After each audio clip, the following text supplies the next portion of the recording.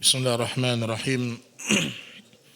Assalamualaikum warahmatullahi wabarakatuh.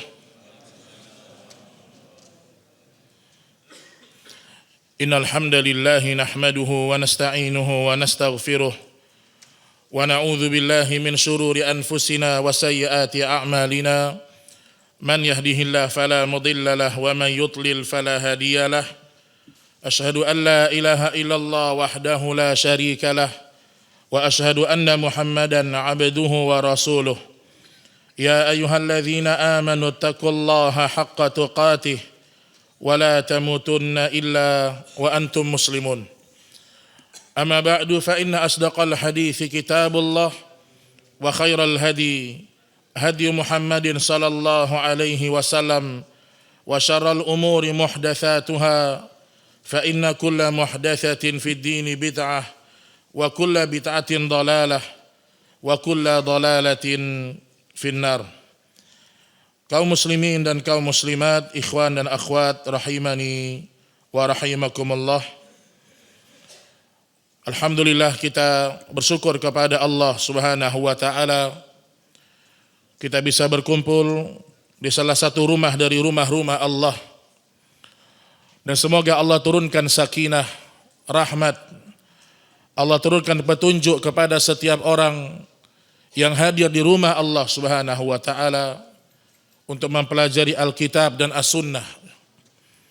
Semoga kita mendapatkan doa dari Rasulullah sallallahu alaihi wasallam, "Nadharallahu imra'an sami'a maqalati." Semoga Allah memberikan cahaya kepada orang yang senantiasa mendengarkan hadis-hadisku. Masya Allah ya, Mas. Pintar itu Pak. Masya Allah. Baik jemaah sekalian rahimani wa rahimakumullah. Alhamdulillah, kita kembali melanjutkan bahasan kitab Tauhid, buah karya dari seorang al-imam al-mujaddid Syekh Muhammad bin Abdul Wahhab rahimahullahu ta'ala. Pada pertemuan kali ini kita akan masuk kepada bab yang berkaitan dengan istighatsah atau berdoa kepada selain Allah Subhanahu wa taala. Disebutkan minasyirki an yastaghitsa bi ghairillah an yad'u ghairah. Di antara bentuk kesyirikan seorang berdoa kepada selain Allah Subhanahu wa taala. Seorang beristighatsah kepada selain Allah Subhanahu wa taala. Pada pertemuan yang lalu, Bapak Ibu sekalian, kita sudah bahas ya. Ada yang disebut dengan isti'adzah. Ada yang disebut dengan isti'adzah, ada isti'anah, ada istighatsah. Sebenarnya istighatsah ini dia juga bagian dari doa. Namun istighatsah itu lebih tepatnya disebutkan seorang hamba meminta pertolongan kepada Allah dalam kondisi genting. Dalam kondisi genting. Makanya Syekh Muhammad bin Abdul Wahhab nanti akan menyebutkan ada 5 dalil yang menyebutkan bahwasanya berdoa kepada selain Allah itu adalah kesyirikan. Baik, pertama Bapak Ibu yang dirahmati Allah Subhanahu wa taala, sebelum saya membacakan beberapa dalil yang disebutkan oleh Syekh Muhammad bin Abdul Wahhab, perlu kita ketahui doa itu adalah inti dari sebuah ibadah. Bahkan Nabi sallallahu alaihi wasallam mengatakan ad-du'a huwal ibadah. Doa itu adalah ibadah kepada Allah. Karena doa adalah sebuah ibadah, maka kembali ke hukum asal. Setiap ibadah harus dipersembahkan hanya untuk Allah Subhanahu wa taala. Nah, di masyarakat kita istighatsah ini banyak dilakukan. Dan perlu kita tahu istighatsah terbagi menjadi 2 secara umum. Ada istighatsah yang diizinkan dalam syariat. Sebagaimana Nabi Shallallahu Alaihi Wasallam di perang Badar beristighatsah kepada Allah Subhanahu wa taala, dan turunlah malaikat-malaikat Allah yang membantu pasukan kaum muslimin. Istighatsah yang disyariatkan. Namun yang dibahas oleh Syekh Muhammad bin Abdul Wahhab, ada istighatsah yang dia merupakan kesyirikan, bahkan bisa masuk kepada syirkul akbar. Kapan istighatsah jatuh kepada kesyirikan? Intinya ketika seorang meminta pertolongan kepada Allah, meminta diangkatnya musibah, bala bencana, tetapi dia memintanya kepada makhluk yang makhluk itu tidak mampu untuk mengangkat musibah-musibah tersebut. Jadi perlu kita ketahui, istighatsah yang syirik, seorang meminta pertolongan kepada makhluk yang mana makhluk ini nggak mampu, nggak bisa dia untuk mewujudkan hajat kita. Ini yang terlarang dalam Islam. Dimulai dari kasus yang paling terbanyak, seorang meminta kepada mayat-mayat yang sudah mati. Banyak orang beristighatsah kepada mayat. Di dalam Al-Quran, dalam surah Fatir ayat 22, Allah sudah sebutkan, wa ma yastawil ahya wala amwat. Innallaha yasmi'u man yasha wa ma anta bimusmi'in man fil qubur. Allah mengatakan tidak sama antara orang yang hidup dan orang yang mati. Enggak sama, Pak. Tidak bisa disamakan orang yang hidup dengan orang yang mati. Itu dibedakan dalam syariat kita. Dan Allah mengatakan, wa ma anta bimusmi'in man fil qubur. Dan sesungguhnya tidak ada yang sanggup menjadikan orang yang di dalam kubur bisa mendengar. Ini kata Allah nih. Jadi ada dua di sini. Tidak sama orang yang mati dengan yang hidup, dan orang kalau sudah mati dia tidak bisa lagi mampu untuk mendengar orang-orang yang hidup di antara mereka. Kemudian jemaah sekalian, istighatsah kepada selain Allah ini, inilah yang terjadi banyak menimpa kaum muslimin. Karena dia masuk dalam bab doa. Masa kami nggak boleh doa, kan gitu. Masa kami nggak boleh minta doa kepada orang soleh? Maka di antara dalil yang disebut oleh Syekh Muhammad bin Abdul Wahhab rahimahullahu taala, yaitu firman Allah di dalam surat Yunus ayat 106. Dalil yang pertama. Allah Subhanahu wa taala berfirman, "Wala tad'u min dunillah ma la yanfa'uka wa la yadurruk. Fa in fa'alta fa innaka idzam minadh dhalimin." Janganlah kamu berdoa memohon kepada selain Allah. Sebabnya apa? Wala ma la yanfa'uka wa la yadurruk. Engkau kalau minta kepada selain Allah, ma la yanfa'uk, mereka tidak bisa memberikan manfaat kepadamu dan tidak bisa memberikan mudarat kepadamu. Fa in fa'alta fa innaka idzam minadh dhalimin. Seandainya engkau melakukan ya Muhammad sallallahu alaihi wasallam, maka sungguh engkau termasuk orang-orang yang melakukan kezaliman. Para ulama Bapak Ibu menyebutkan surat ini, Yunus 106 ini, secara khusus itu diturunkan kepada Nabi. Artinya engkau di sini siapa? Nabi. Seakan-akan Allah mengatakan, wala tad'u min dunillah ma la yanfa'uka wa la yadurruk ya Muhammad. Wahai Muhammad, jangan engkau sembah selain aku, karena kalau engkau sembah selain aku, mereka tidak bisa memberikan manfaat dan tidak bisa memberikan mudarat. Nabi saja sallallahu alaihi wasallam seandainya melakukan kesyirikan, seandainya Nabi minta kepada matahari, seandainya Nabi minta kepada bintang, bulan, pohon, Maka Allah mengatakan, fa in fa'alta fa innaka idzam minadz zalimin. Engkau termasuk orang-orang yang zalim. Nabi, Pak. Namun tentunya ayat ini bukan hanya untuk Nabi sallallahu alaihi wasallam, juga untuk orang-orang yang beriman setelah Rasul sallallahu alaihi wasallam.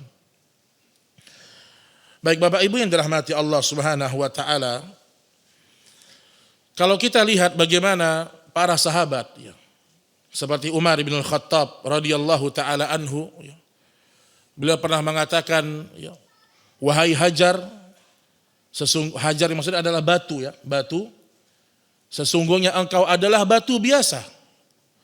Laula anni raaitu Rasulullah sallallahu alaihi wasallam yuqabbiluka ma qabbaltuk.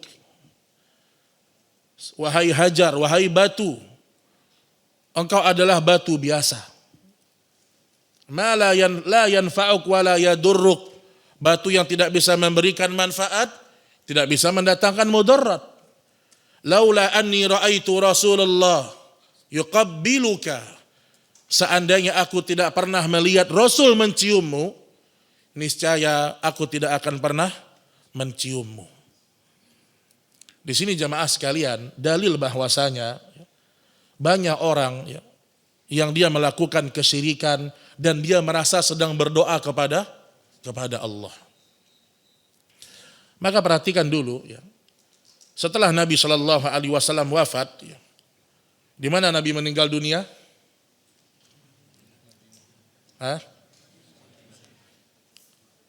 Angkat. Di mana Nabi meninggal dunia? Satu di mana? Di kamar. Ini jawaban yang benar. Saya pernah nanya di sebagian, di mana Nabi meninggal dunia? Di mana Nabi dikuburkan? Di masjid katanya. Salah Pak. Nabi tidak dikuburkan di masjid. Ini perlu dia pahami ya. Nabi tidak dikuburkan di masjid. Nabi dikuburkan di kamarnya Aisyah radhiyallahu taala anha. Karena setidaklah para nabi itu wafat, mereka dikuburkan di tempat mereka wafat. Setelah Nabi meninggal, dan kita meyakini Nabi Shallallahu Alaihi Wasallam adalah makhluk yang paling mulia di permukaan bumi, yang doanya mustajab, gak ada yang mengingkari. Tapi praktek kehidupan para sahabat setelah Nabi wafat masih banyak kasus-kasus yang sangat banyak. Masih ada peperangan, masih ada kaum murtadin, masih ada orang-orang yang tidak mau bayar zakat, masih banyak kasus-kasus besar. Tapi tidak pernah para sahabat itu datang ke kuburnya Nabi untuk meminta pertolongan. Tidak pernah.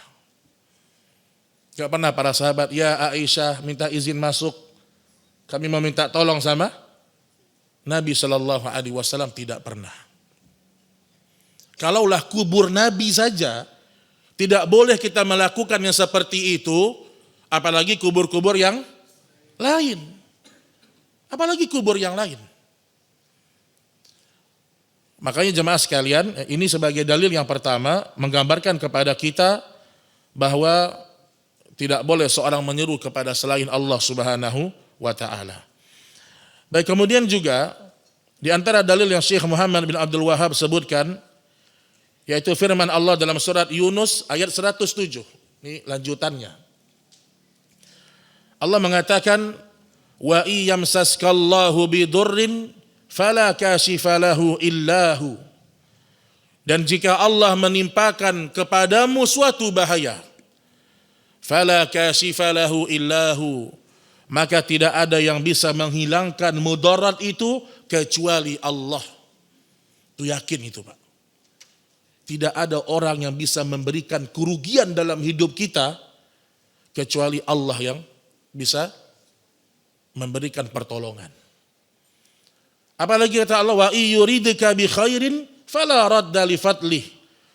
Dan jika Allah menghendaki kebaikan bagi engkau, maka tidak ada yang dapat menolak karunia Allah.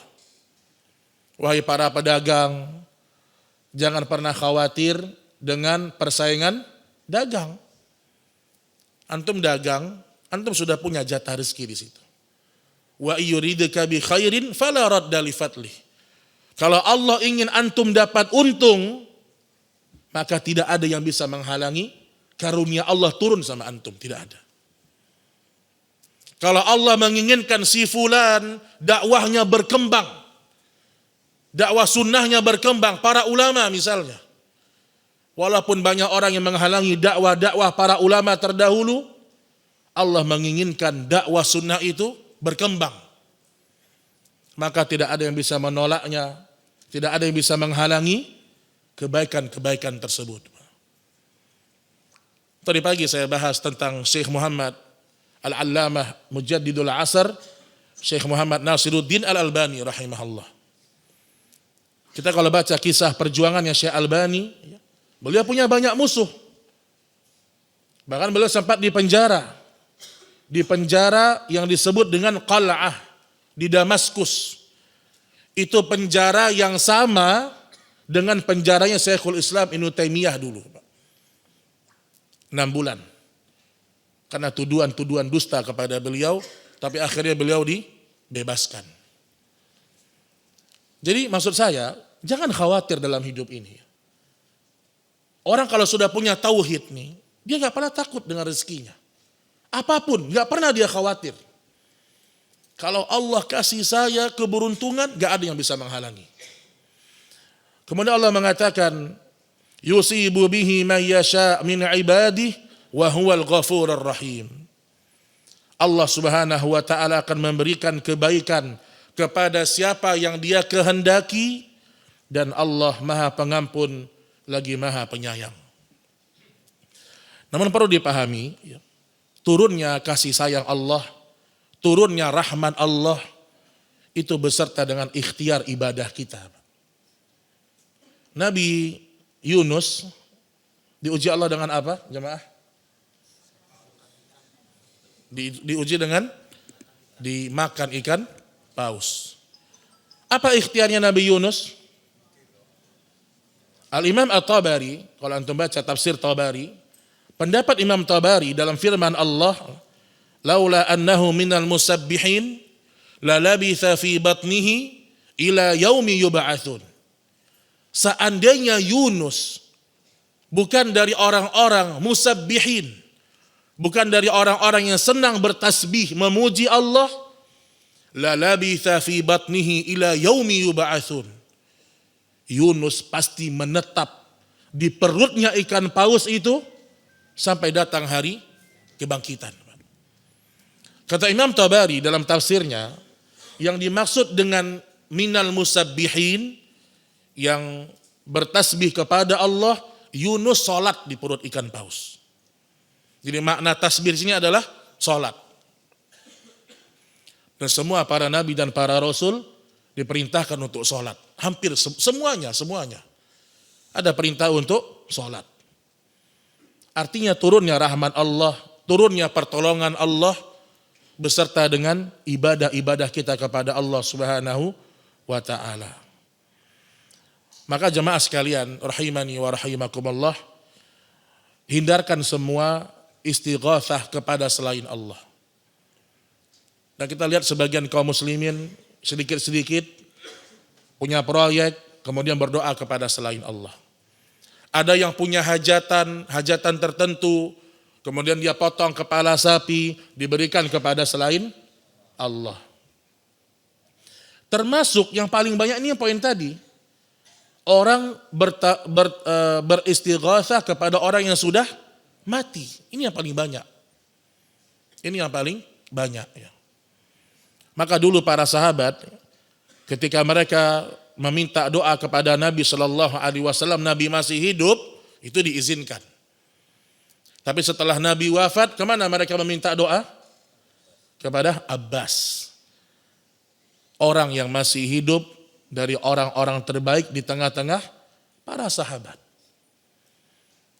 Dan saya sering mengatakan bahwasanya seorang kalau dia pergi ke Masjid Nabawi, tujuan utamanya bukan ziarah kubur. Tujuan utamanya mengunjungi Masjid Nabawi. Seandainya antum ketika umrah gak dibawa sana ustadznya ziarah ke makam Nabi, itu bukan kesalahan. Ya ada masalah. Nah, sebagian orang dia ziarah ke makam Nabi berulang-ulang, Pak. Mumpung kita masuk Raudhah, kita akan keluar, ya kita berziarah ke makam Nabi, kita mengucapkan salam kepada Nabi Shallallahu Alaihi Wasallam, kepada Abu Bakar dan Umar. Cukup sekali, cukup. Sebagian orang tidak, berulang-ulang. Berarti ada keyakinan tertentu. Bahkan saya pernah melihat, ya, dia lagi ngantri masuk ke makam Nabi, dia menangis itu menangis yang luar biasa gitu loh. Kita tidak masuk ke hati manusia, tapi seakan-akan dia sedang menyampaikan hajatnya kepada Nabi. Karena seandainya dia dalam sujud, tangisannya seperti itu, ya wajar, dia sujud kepada Allah. Tapi ketika melihat makam Nabi, kemudian dia menangis, tangisan yang seakan-akan meminta hajat. Ini tidak boleh. Dan ingat, di dunia ini tidak ada kuburan keramat, tidak ada. Tidak ada satupun kuburan keramat, tidak ada. Dan tidak ada satupun kuburan yang kita boleh minta-minta di situ, tidak ada. Tapi lihat kondisi umat Islam di masa sekarang. Ya. Bagaimana mereka meminta-minta kepada kubur-kuburan. Tadi saya coba iseng-iseng ya jemaah ya. Saya lihat di beberapa artikel orang-orang yang melakukan ziarah ke makam-makam wali, ya, itu ngapain sih kegiatannya? Anda pernah tahu tidak? Orang-orang yang pergi ke makam-makam wali itu mereka ternyata punya itinerary juga. Orang umrah punya itinerary, dia punya itinerary juga. Dan itu subhanallah semuanya penyimpangan jemaah. Pertama dimulai dari wanita-wanitanya bersafar tanpa mahram. Itu jadi sudah salah. Kemudian yang kedua, mulai ada keyakinan mereka berziarah ke makam khusus wali-wali Allah. Dan disebutkan di situ, apa kegiatan mereka? Satu, baca Quran di sisi kubur. Nabi mengatakan, la'anallahu al-yahud wan nasara ittakhadhu qubur anbiya'ihim masajid. Allah melaknat Yahudi dan Nasrani menjadikan kubur-kubur Nabi sebagai masjid. Masjid orang baca Quran, dia baca Quran di kuburan. Kemudian sebagian ritual mereka, ya, mereka disebutkan sholat sunnah dulu, tahiyatul masjid 2 rakaat. Di mana? Di masjid yang dekat dengan kuburan tersebut. Dan biasanya kuburan-kuburan yang sudah ada makam-makam yang disebut dengan wali Allah, wali fulan, udah ada masjidnya, Pak. Entah kecil, entah besar sudah ada. Ya, sebelum berziarah ke situ, sholat dulu 2 rakaat. Subhanallah, Pak. Dan sholatnya sholat yang ada sujudnya, ya, bukan sholat jenazah. Ya. Sholat jenazah kita boleh, tapi tidak ada sujudnya. Ini ada sujudnya. Kemudian sebagian mereka juga melakukan doa-doa tertentu, mengambil benda-benda yang ada di kubur tersebut, dan jelas-jelas mereka memohon kepada penghuni kubur. Nah, Bapak Ibu yang dirahmati Allah, satu hal yang perlu terus diulang-ulang kepada kaum muslimin. Ketika kejadian Fathul Makkah, Nabi Shallallahu Alaihi Wasallam masuk ke kota Makkah dan Nabi mengutus beberapa orang para sahabat, termasuk diri beliau sendiri, menghancurkan 360 Ka'bah. Ka'bah, naudzubillah, berhala ya. 360 berhala. Pertanyaannya, kenapa dihancurkan sama Nabi Shallallahu Alaihi Wasallam? Apakah orang jahiliyah musyrik terdahulu mereka murni meyakini patung ini yang memberikan rezeki? Tidak, jemaah. Enggak. Itu hanya sebagai perantara.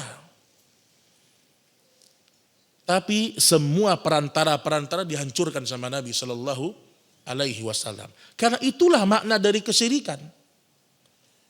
Mereka mengatakan ma na'buduhum illa liyuqarribuna ilallahi zulfa. Kami nggak menyembah kubur. Kami nggak minta-minta sama orang yang sudah mati. Tapi ini cara kami mendekatkan diri kepada Allah. Jadi nggak ada satupun orang musyrik yang mengatakan rezekinya gara-gara patung ini kami sembah. Tidak ada, Pak. Ini yang berkaitan dengan rububiyah diperhatikan baik-baik. Kalau ada seorang muslim, dia hanya meyakini Allah pemberi rezeki, Allah pemberi, Allah menghidupkan, Allah mematikan, Allah yang memberikan penyakit. Hanya sebatas itu keyakinan dia, tapi dia tidak punya tauhid uluhiyah, maka dia belum dikatakan muslim, dia belum. Tauhidnya masih 11-12 dengan Abu Jahal. Karena semua orang musyrik ketika ditanya, wala in sa'altahu man khalaqas samawati wal ard, siapa yang menciptakan langit dan bumi, wa sakhara syamsa wal qamar, siapa yang memutar matahari bulan, apa kata mereka? La yaqulunnallah. Mereka mengatakan, lihat berapa taukidnya itu, pakai lam. Sungguh benar-benar yaqulannallah. Nun bertasdid, juga penekanan. Benar-benar mereka akan mengatakan itu adalah Allah yang melakukan. Tapi kenapa mereka masih dikatakan musyrik? Iya, karena mereka satu sisi berdoa kepada Allah, di sisi lain mereka juga meminta kepada berhala-berhala. Allah mengatakan, fa idza raqibu fil fulki da'awallaha mukhlishina lahuddin. Ketika mereka sedang di atas kapal, mereka ketakutan, mungkin takut tenggelam, mereka langsung berdoa kepada Allah, mukhlishina lahuddin. Lihat, Pak. Allah bersaksi atas keikhlasan orang-orang musyrik. Mukhlishina lahuddin. Jadi seakan-akan Allah mengatakan, orang-orang musyrik dulu, kalau mereka ditimpa mara bahaya, mereka langsung doa kepada Allah, mukhlisin. Benar-benar ikhlas dalam kondisi sulit. Tapi kenapa mereka masih syirik? Falamma najjahum ilal bar idzahum yusyrikun. Tapi ketika mereka sudah diselamatkan dari mara bahaya, mendarat di daratan, selamat mereka, idzahum yusyrikun. Allah pun kembali mempersaksikan mereka melakukan kesyirikan. Itulah hakikat dari syirik. Jadi syirik itu bukan tidak pernah menyembah Allah, bukan. Menyembah Allah juga, menyembah kepada yang lain juga. Berdoa kepada Allah juga, berdoa kepada yang lain juga. Itulah makna dari kesyirikan. Baik ikhwatal iman rahimani wa rahimakumullah. Kemudian juga di antara dalil yang disebutkan oleh Syekh Muhammad bin Abdul Wahhab rahimahullahu taala, jadi sudah ada dua dalil. Berapa jemaah? Dua. Dalil yang ketiga dalam surat Az-Zumar ayat 38.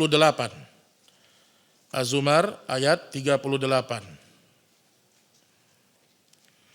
Di mana Allah Subhanahu wa taala berfirman, "Wala in sa'altahum man khalaqas samawati wal ard la yaqulunnallah." Dan jika kamu tanyakan kepada mereka, orang-orang musyrik, siapa yang menciptakan langit dan bumi, mereka pasti mengatakan Allah. Qul afara'aitum ma tad'una min dunillah. Maka terangkanlah kepadaku tentang apa yang kamu seru selain Allah. Jika Allah hendak mendatangkan mudarat kepadaku, apakah berhala-berhalamu itu dapat menghilangkan kemudaratan itu? Atau jika Allah hendak memberikan rahmat kepadaku, apakah mereka dapat menahan rahmatnya Allah? Katakanlah, Qul hasbiyallah alaihi yatawakkalul mutawakkilun. Kepadanya lah bertawakal orang-orang yang berserah diri. Kita kalau baca jemaah, semua para nabi dan para rasul, mereka memiliki bertawakal yang tinggi sama Allah. Ini saya kasih satu contoh ya.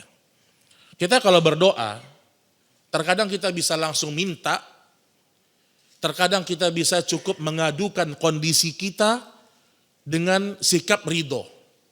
Dua cara meminta kepada Allah. Contoh, ini ilustrasi ya. Antum kalau miskin, anggap aja antum miskin ya.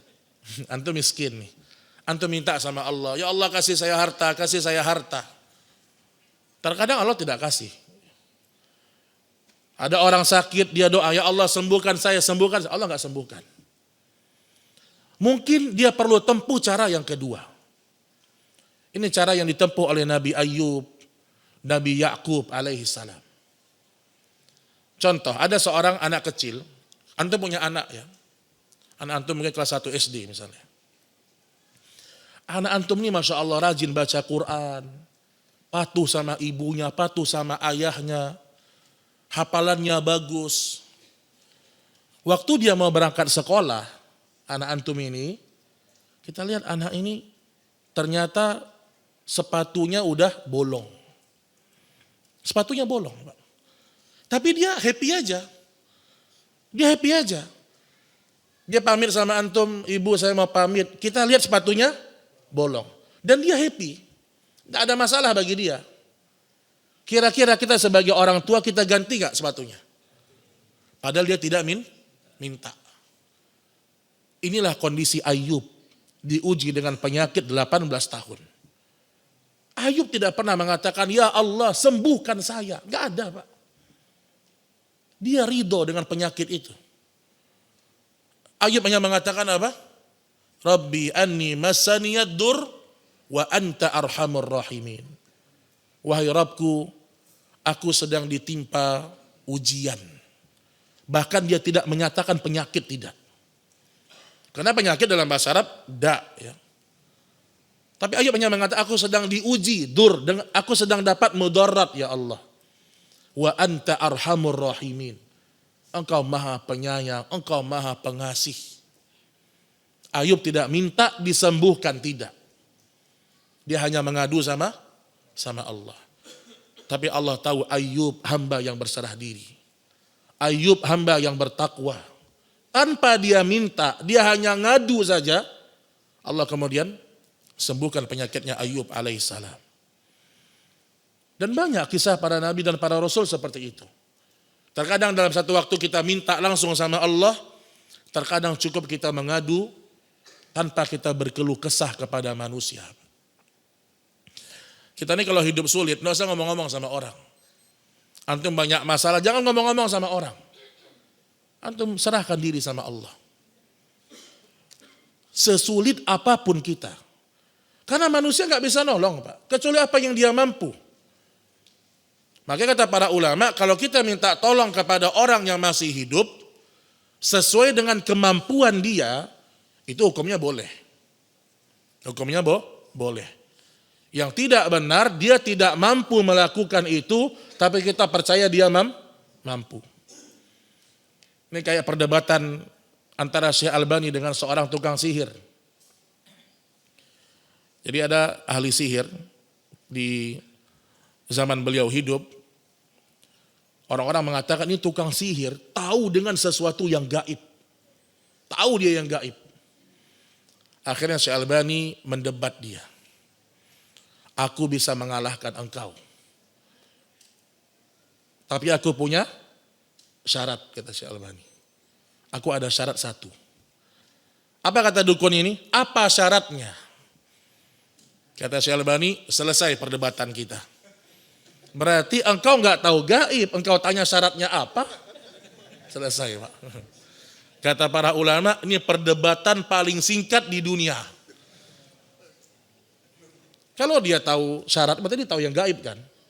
Itu Syekh Albani rahimahullah ta'ala. Banyak kisah-kisah menarik tentang Syekh Albani rahimahullah. Jadi kadang-kadang kita perlu membantah sebagian kesyirikan juga dengan akal. Kata Ali bin Abi Thalib, hadithun nas bima ya'rifun. Berbicaralah kepada manusia sesuai dengan akal-akal mereka. Baik jemaah sekalian, kita salat Isya dulu. Setelah salat Isya kita lanjutkan sedikit. Wassallallahu ala nabiyina Muhammad. Subhanakallahumma wa sallallahu ala nabiyina Muhammad. Walhamdulillahi rabbil alamin. Alhamdulillah wassalatu wassalamu ala rasulillah wa ala alihi wa sahbihi wa mawalah wa la hawla wa la quwata illa billah. Jemaah sekalian rahimani wa rahimakumullah. Kita ambil satu dalil lagi insyaallah sebelum kita buka sesi tanya jawab ya. Dalil yang berikutnya dalam surah Al-Ahqaf ayat 5 sampai 6. Dan di sini dalil bahwasanya kesyirikan yang paling tinggi dan puncak yaitu seorang berdoa kepada selain Allah. Tidak ada orang yang lebih sesat kehidupannya lebih daripada seorang yang berdoa kepada selain Allah. Itu orang yang paling sesat di muka bumi. Sebagaimana yang disebutkan oleh Allah Subhanahu wa taala, "Wa man adallu mimman yad'u min dunillah ma la yastajibu lahu ila yaumil qiyamah wa hum an du'aihim ghafilun." Dan tidak ada yang lebih sesat daripada orang yang memohon kepada sesembahan selain Allah. Tidak ada yang lebih sesat daripada itu. Tidak ada yang lebih sesat daripada orang yang bergantung kepada selain Allah. Kalau orang dulu mungkin bergantung kepada berhala-berhala, pohon-pohon. Ya. Dan mungkin di masa kita sekarang seorang bergantung kepada, ya mungkin bergantung kepada makhluk. Meletakkan hatinya, harapannya kepada makhluk. Bergantung kepada pekerjaan. Bergantung kepada usahanya. Kita gantungkan semua kepada Allah. Yang tidak dapat mengabulkan permohonannya sampai hari kiamat. Ini tegas ayat Al-Quran. Tidak ada yang bisa mengabulkan doa selain Allah. Kalau dipaksa berdoa kepada mereka, maka mereka pun tidak mampu mengabulkan doa sampai datangnya hari kiamat. Wa idza husyiran nasu kanu lahum a'daan wa kanu bi'ibadatihim kafirin. Dan apabila manusia dikumpulkan pada hari kiamat, niscaya sembahan-sembahan itu menjadi musuh mereka dan mengingkari pemujaan mereka. Lihat hukuman bagi orang-orang yang berdoa kepada selain Allah. Yang pertama, Allah sebut mereka sebagai orang yang paling sesat. Bahkan Bapak Ibu, ya, hukum asalnya kita minta doa sama orang yang masih hidup, boleh. Ya. Tapi ada penjelasan dari sebagian salaf, itu mengurangi tawakal. Itu mengurangi tawakal. Seandainya kita bisa langsung doa sama Allah tanpa minta doa sama fulan, lakana afdal, itu lebih afdal. Nabi Ibrahim dulu mau dibantu sama malaikat supaya malaikat turunkan hujan deras. Kata Ibrahim, amma minka fala. Kalau bantuannya dari engkau, tentu dengan izin Allah, aku tidak mau. Aku sandarkan semua kepada Allah Subhanahu wa taala. Jadi maksud saya, kita buang perasaan bergantung kepada makhluk. Apalagi masalah rezeki. Bergantung sama orang, jangan. Oh tenanglah, abang saya kaya, adik saya kaya. Oh tenanglah, jamaah saya kaya-kaya. Masya Allah. Itu lebih kacau lagi tuh Pak. Bergantung sama orang kaya. Oh tenanglah, jamaah saya kaya-kaya. Subhanallah ya. Makanya Nabi Shallallahu Alaihi Wasallam selalu mengajarkan kepada para sahabat itu untuk minta sama Allah. Sampai ada riwayat di sini, walaupun riwayat ini ya disebut oleh Syekh Muhammad bin Abdul Wahab dalam kitabnya, namun sebagian mendhaifkan.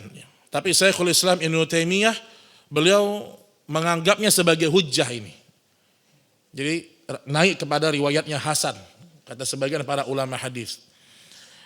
Disebutkan Imam Tabrani menyebutkan sanadnya pernah pada zaman Rasulullah seorang munafik, ada seorang munafik yang selalu menyakiti orang-orang mukmin. Orang munafik munculnya kapan Bapak Ibu? Sejarah munafik itu munculnya kapan di masa Nabi? Setelah Nabi di Madinah. Ketika fase Mekah, ini perhatikan baik-baik ya. Fase Mekah 13 tahun, gak ada orang munafik. Yang ada siapa? Pengikut Muhammad, musuh Muhammad. Itu yang ada. Hitam putih kalau di Mekah. Kenapa? Tidak ada gunanya masuk Islam di masa fase Mekah kata mereka. Disiksa, dibunuh, diambil hartanya, Islam belum jaya. Ketika Nabi ke Madinah, berkembang dakwah Nabi, muncullah orang-orang munafik di situ. Jadi saya ingin mengatakan, orang munafik itu muncul ketika dia merasa nyaman bersama kita. Hati-hati, Pak. Ketika antum susah nih, nggak ada orang munafik yang ketemu sama antum. Ketika antum kaya, datang orang, waspadai. Walaupun kita nggak menuduh, waspadai. Karena orang munafik selalu milih tempat yang paling nyaman bagi dia. Itu orang-orang munafik. Maka di fase Madinah, Islam berkembang, seakan-akan orang-orang musyrik dihinakan di fase Madinah, maka muncul orang-orang munafik. Walaupun demikian, kita lihat akhlak Rasul kita di sini sedikit, akhlaknya orang-orang bertauhid. Walau demikian, Rasul tetap bermuamalah sama mereka. Bahkan Rasul dalam sebagian riwayat kalau kita baca, ketika seorang munafik bernama Abdullah bin Ubay bin Salul meninggal, maka anaknya mengatakan, ya Rasulullah, tidak ada kafan untuk ayah saya. Maka Nabi SAW pun memberikan kafan untuk Abdullah bin Ubay bin Salul. Kata anaknya, ya Rasulullah, sekalian solatkan. Tatkala Nabi mau menyolatkan, turun ayat. Kata Allah, istaghfir lahum, in tastaghfir lahum 70 marratan fala yaghfirallahu lahu. Ya Muhammad, walaupun engkau berdoa 70 kali untuk Abdullah bin Ubay bin Salul, Allah tidak akan mengampuni dia. Apa kata Nabi? Seandainya Allah mengatakan lebih dari 70 kali akan diampuni, aku akan lakukan. Lihat Nabi, Pak. Kepada orang munafik sekalipun Nabi begitu akhlaknya. Makanya saya ingin mengatakan bahwasanya orang-orang munafik selalu berada pada kondisi-kondisi yang ketika kaum muslimin nyaman. Itu orang-orang munafik. Dan orang munafik paling banyak sifatnya mengomentari. Nah, kita lanjut ke riwayat ini dari Imam Tabrani. Orang munafik menyakiti orang-orang mukmin, ya. Maka salah seorang di antara orang mukmin berkata, ya Rasulullah, kami mohon perlindungan kepada engkau ya Rasulullah, supaya kami dihindarkan dari keburukan orang munafik ini. Apa kata Nabi SAW? Innahu la yustaghathu bi. Kalian jangan pernah minta perlindungan kepadaku. Wa innama yustaghatsu billah. Tapi mintalah perlindungan hanya kepada Allah Subhanahu wa ta'ala. Di sini dalil bahwasanya Nabi mendidik para sahabat untuk terbiasa berinteraksi dengan Allah Subhanahu wa ta'ala. Al-Imam Ibn Rajab mengatakan, ya, kita di dunia ini harus punya amal-amal yang kita tuh sering berdua-duaan dengan Allah, Pak. Karena besok kita di alam kubur sendiri. Jadi biasakan kita punya amal sendiri, gak ada yang tahu. Itu dibiasakan. Antara kita dengan Allah yang tahu. Kenapa? Kita melatih diri kita sendiri bahagia, sendiri bersama Allah kita bahagia. Maka di antara hadis Nabi yang mendapatkan naungan di padang mahsyar siapa? Rajulun fada Allah khalian fafadat ainah. Seorang laki-laki yang bangun di malam hari, kemudian dia berdoa kepada Allah, fafadat ainah. Kemudian meneteslah kedua air matanya. Dia terbiasa berdua-duaan dengan Allah di dunia, dia bahagia, maka besok di alam barzakh, di alam kubur pun kita juga sendirian. Maka kata Ibn Rajab, biasakan kita punya amal-amal yang memang antara kita dan Allah yang tahu. Itu dibiasakan. Ya. Baik, ini jemaah sekalian yang bisa kita sampaikan berkaitan dengan materi istighatsah. Insya Allah ini mudah difahami, ya. Karena tauhid itu mudah, Pak. Tauhid itu mudah. Ya. Kalau antum belajar tauhid sulit, nah itu ada pertanyaan itu. Tauhid itu gampang. Di mana Allah atas? Ya atau tidak? Selesai. Siapa yang ngasih rezeki? Allah. Siapa yang mematikan? Allah. Tauhid rububiyah. Uluhiyahnya apa? Beribadah hanya kepada Allah. Asma wa sifatnya apa? Kalau Allah bilang dia punya tangan, ya punya tangan. Kalau dia bilang dia punya wajah, ya punya wajah. Sesuai dengan keagungan dan kebesarannya. 3 ini pegang. Yang penting tidak ada tahrif, takyif, dan tamthil. Tidak boleh mengatakan tahrif. Apa itu tahrif? Menyelewengkan makna. Allah di langit. Oh tidak di langit. Tapi di mana-mana. Coba tanya. Kalau dikatakan Allah di mana-mana, ini akidah yang sulit. Berarti konsekuensinya Allah ada di gelas. Na'udzubillah. Allah ada di, kata Ustaz Maududi, di septic tank. Bayangkan antum. Ustaz Maududi itu ngomong tuh. Kalau Allah di mana-mana berarti ada di septic tank, kata beliau. Na'udzubillah. Inilah akidah rusak, Pak. Kita mudah Allah di atas langit, kuasai di mana-mana, selesai. Kalau dia mengatakan dia punya wajah, dia punya tangan, wajahnya tidak boleh dibagaimanakan. Dan tamsil tidak boleh kita menyamakan dengan makhluk. Itu 3 tauhid. Gampang tauhid ini, mudah ya. Karena Islam adalah agama yang mudah. Inna dina yusrun.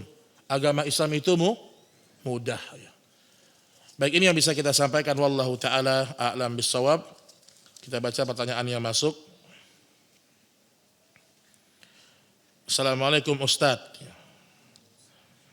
Apa hukumnya mempelajari ilmu pengetahuan seperti sosiologi, matematika, filosofi,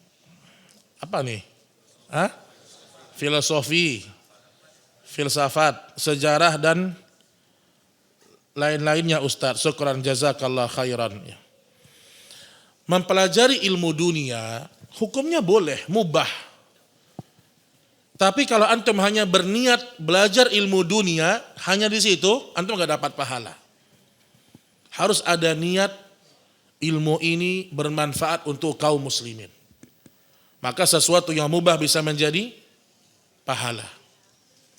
Ini kata Syekh Abdurrahman bin Nasir As-Sa'di, ilmu itu ada 3, di antaranya ilmu dunia, sifatnya mubah. Tergantung niatnya apa.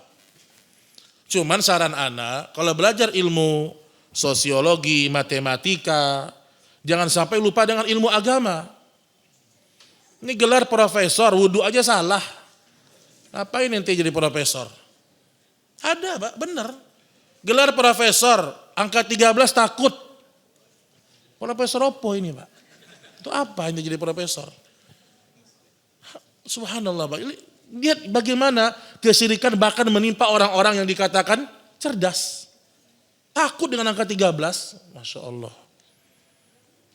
Jadi belajarlah ilmu-ilmu matematika, ilmu pengetahuan alam. Sekadar untuk kemaslahatan untuk kaum muslimin. Imam Syafi'i kalau dia bicara ilmu dunia dia bilang satu aja. Ilmu at-tibba, ilmu kedokteran.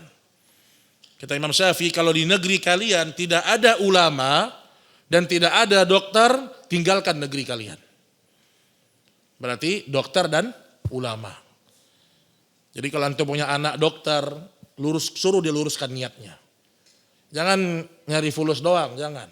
Walaupun dokter uangnya banyak ya atau tidak? Wahai para dokter, banyak enggak? Dokter banyak duitnya.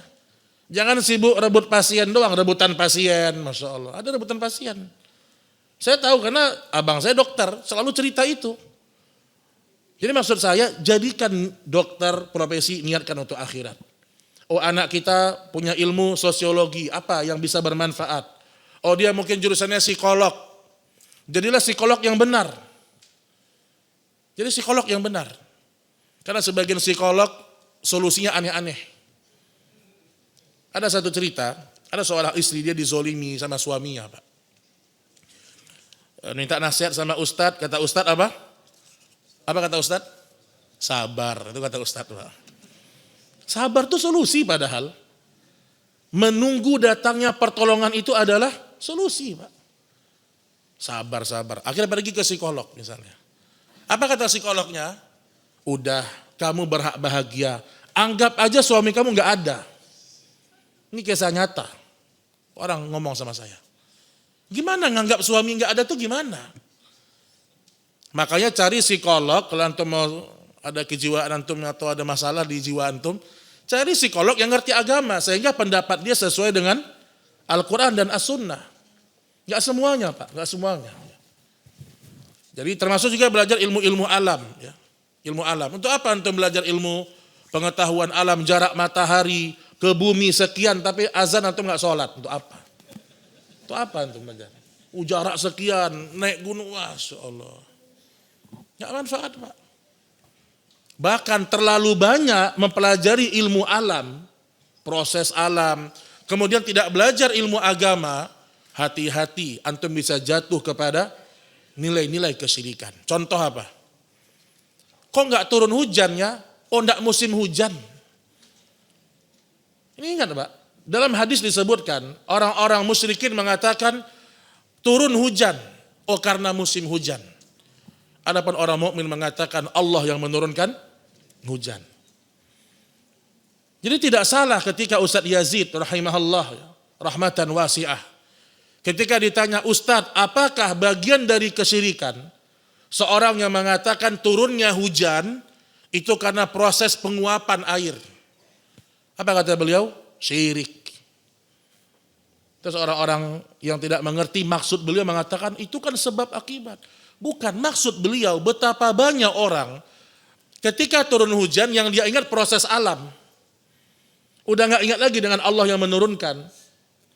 Sama kayak terjadi gempa yang dia ingat apa? Oh ini skala Richter, apa istilahnya itu? Ini skala ini, wah. Subhanallah Pak ya. Allah berulang-ulang mengatakan dalam Quran, wa anzalna minas sama ma'an tahura. Kami yang turunkan air hujan dari langit. Antum melihat air hujan itu turunnya, lihat bagaimana Pak. Itu siapa yang ngatur turunnya itu titik-titik, rintik-rintik. Coba kalau turunnya itu langsung banyak. Kaca mobil antum bolong semua. Turunnya rintik, siapa yang ngatur itu? Siapa yang ngatur? Kemudian turunnya ke tanah, diserap oleh tanah. Kemudian muncul buah-buahan beraneka ragam rasanya. Ada yang manis, ada yang asam. Ada yang paling mantap durian, Masya Allah. Luar biasa Pak. Durian pun rasanya beraneka ragam. Mulai dari yang enak sampai yang super enak, Masya Allah. Ya atau tidak? Jadi maksud saya, belajarlah ilmu dunia, tapi jangan sampai melupakan ilmu akhirat.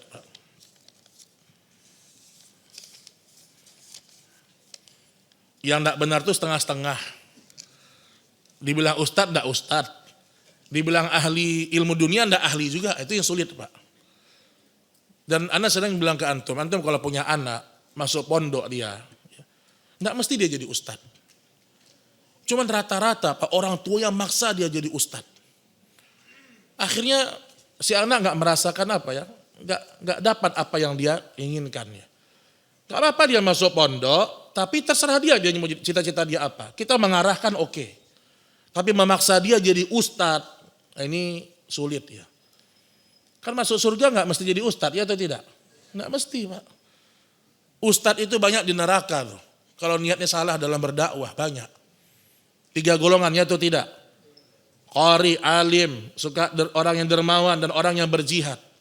Semua dilempar ke neraka karena niatnya rusak. Mengerikan coba ya, mengerikan.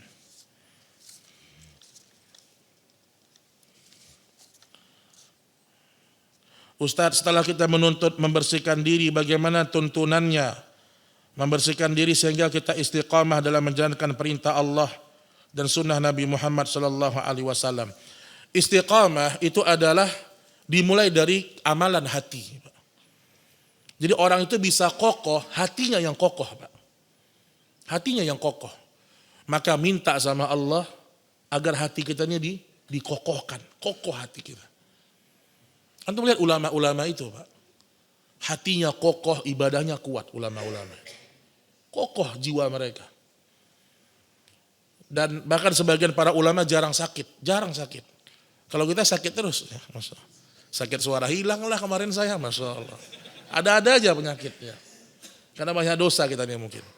Jadi maksud saya, ya, seorang kalau ingin dia istiqamah, dia minta sama Allah. Karena istiqamah itu adalah karunia Pak. Karunia. Banyak orang berguguran di tengah jalan, banyak. Yang tadinya Masya Allah hijrah luar biasa, Masya Allah. Kita nggak lama dengar setahun, 2 tahun, ternyata dia sudah kembali ke masa-masa lalu dia lagi. Banyak. Ya. Banyak orang berguguran di tengah hijrahnya. Maka selalu perbaiki niat. Niat mau keren-kerenan, mantap-mantapan, itu hilangkan semua. Niat kita belajar untuk ilmu, mendekatkan diri sama Allah. Niat kita berdakwah, menyampaikan ilmu kepada orang-orang yang kita cintai. Itu niatnya. Kalau sudah keren-kerenan, mantap-mantapan, banyak-banyakan, profesional-profesionalan, nah ini juga ada nih Pak. Ada yang bilang kalau dakwah di masjid nggak profesional. Profesional di luar masjid.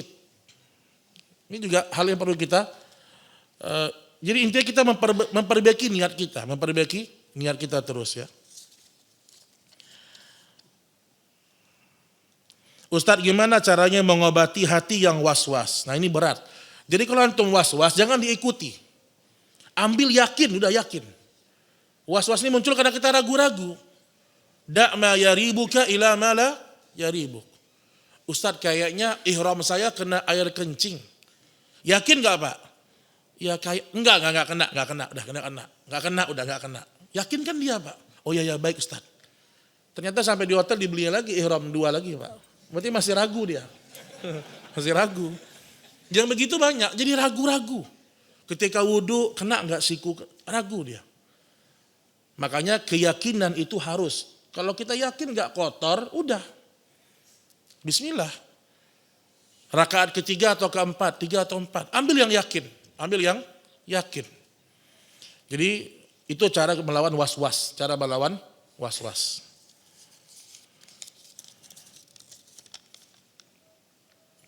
Ketika kita berbuat maksiat dan kita langsung bertaubat, tetapi setelah beberapa hari kemudian kita berbuat maksiat lagi, apakah taubat ini seperti sia-sia?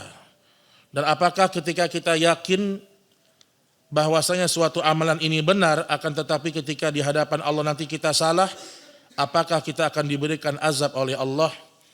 Jemaah sekalian, ya, Abu Bakar, ya, dia pernah mengatakan, ya Rasulullah, ajarkan aku satu doa yang aku bisa baca di akhir sholat.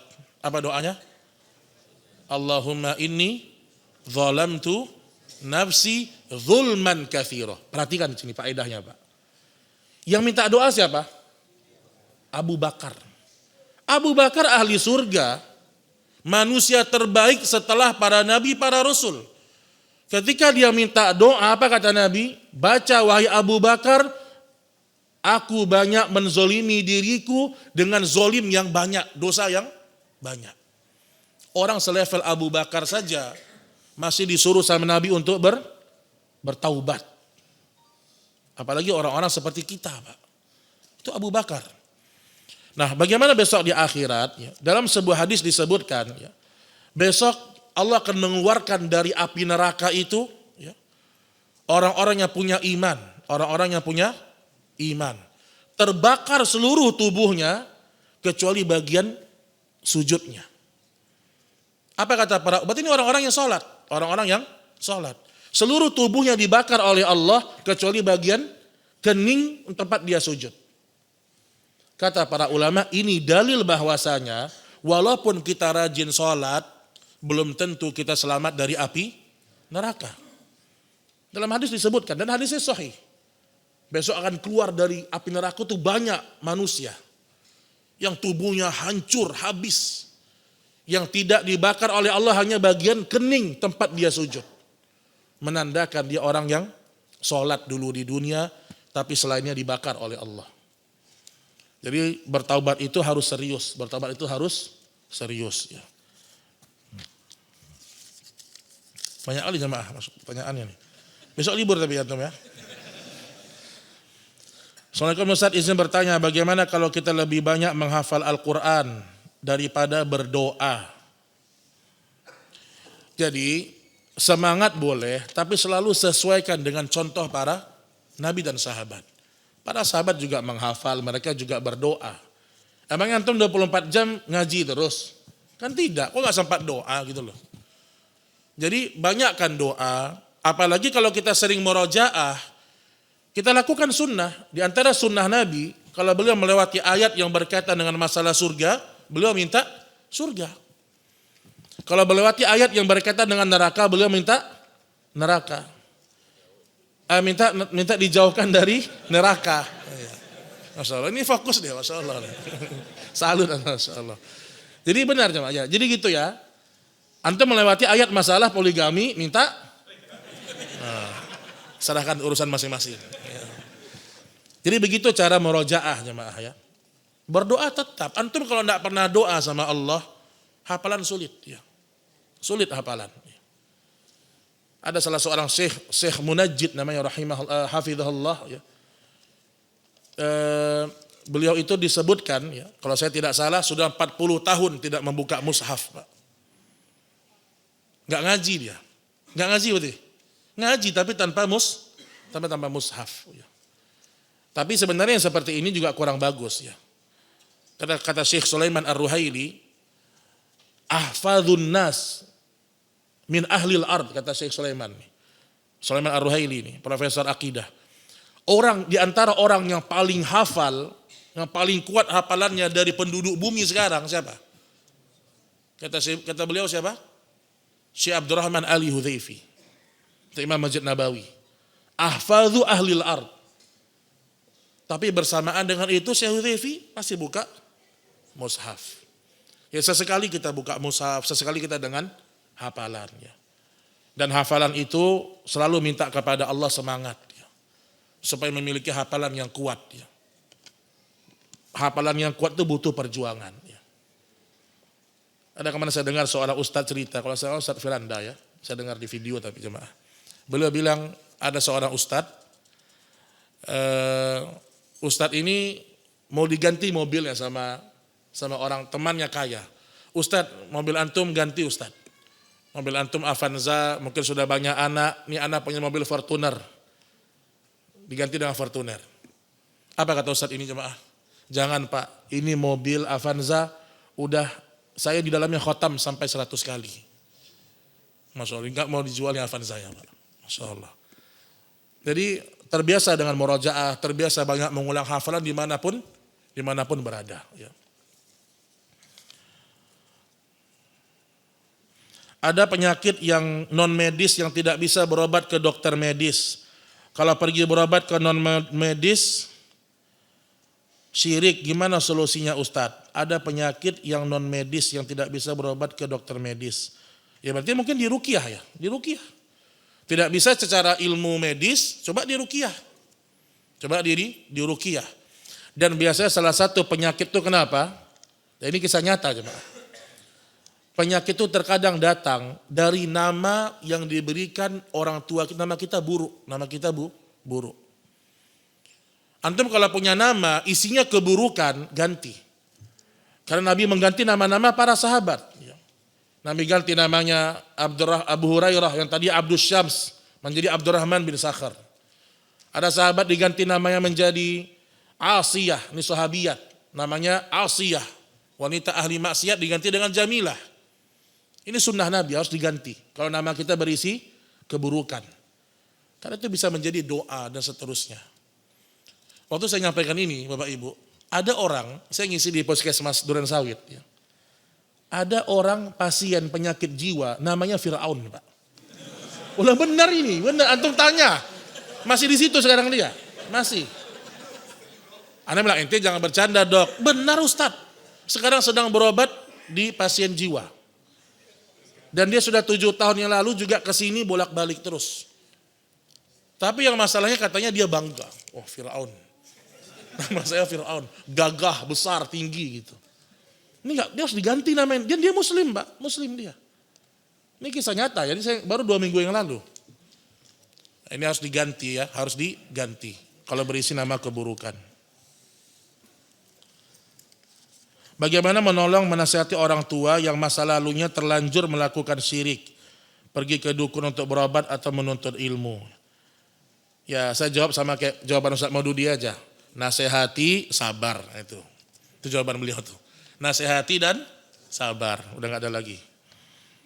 Antum nasihati terus, sabar. Nasihati terus, sabar. Hidayah datangnya dari Allah. Ustadz, apa hukumnya belajar dan menghafalkan salawat-salawat seperti nyanyian Ustadz? Syukran. Jamaah ya. Salawat yang dibuat-buat oleh manusia, kenapa terlarang? Pertama, tidak sesuai sunnah, satu. Oke, itu jelas, itu sering dibahas. Yang kedua, terkadang lafaznya kesyirikan. Ada poin yang ketiga. Kebanyakan salawat yang bukan sunnah, itu isinya pujian kepada Nabi. Dalam agama Islam, dalam Al-Quran dan As-Sunnah, kita tidak pernah disuruh memuji Nabi, tidak pernah. Kita boleh memuji Nabi, boleh. Tapi tidak diperintahkan. Kita diperintahkan untuk bersalawat. Itu dua hal yang berbeda ya. Perintah salawat, perintah memuji. Allah memuji Nabi, iya. Tapi kita diperintahkan memuji secara khusus, sebenarnya tidak ada. Buktinya Nabi pernah marah ketika dipuji berlebih-lebihan. Jangan angkat kedudukanku sebagaimana orang-orang mengangkat Isa sebagai Tuhan. Pernah juga dalam satu riwayat disebutkan, ya Rasulullah, engkau orang yang paling mulia, paling rahim di muka bumi. Apa kata Nabi SAW? Tidak. Innama huwa li Ibrahim. Itu pujian lebih pantas untuk Nabi Ibrahim. Nabi tawaduk, maksudnya Nabi tawaduk. Jadi salah satu juga sebab karena isinya hanya pujian-pujian. Sementara kita disuruh untuk bersalawat, bukan memuji secara berlebih-lebihan. Dan biasanya apa? Orang kalau dia jujur dengan keimanannya, apalagi misalnya dia seorang ulama, dia nggak senang untuk dipuji. Syekh Albani, ya, dia punya satu pendapat disebutkan tidak mengapa seorang menghormati atau mencium tangan gurunya, anak muda misalnya begitu. Nah akhirnya datang seorang anak muda, dia cium tangannya Syekh Albani. Kata Syekh Albani, jangan cium tangan saya. Kata anak muda, ya Syekh, saya mengamalkan fatwa engkau. Engkau mengatakan boleh seorang yang lebih muda mencium tangannya para ulama. Kata Syekh Albani, emangnya kau cium tangan siapa barusan? Aku ini seorang penuntut ilmu kecil. Aku bukan ulama, kata Syekh Albani. Masya Allah, Pak. Ketawaduannya Syekh Albani, Pak.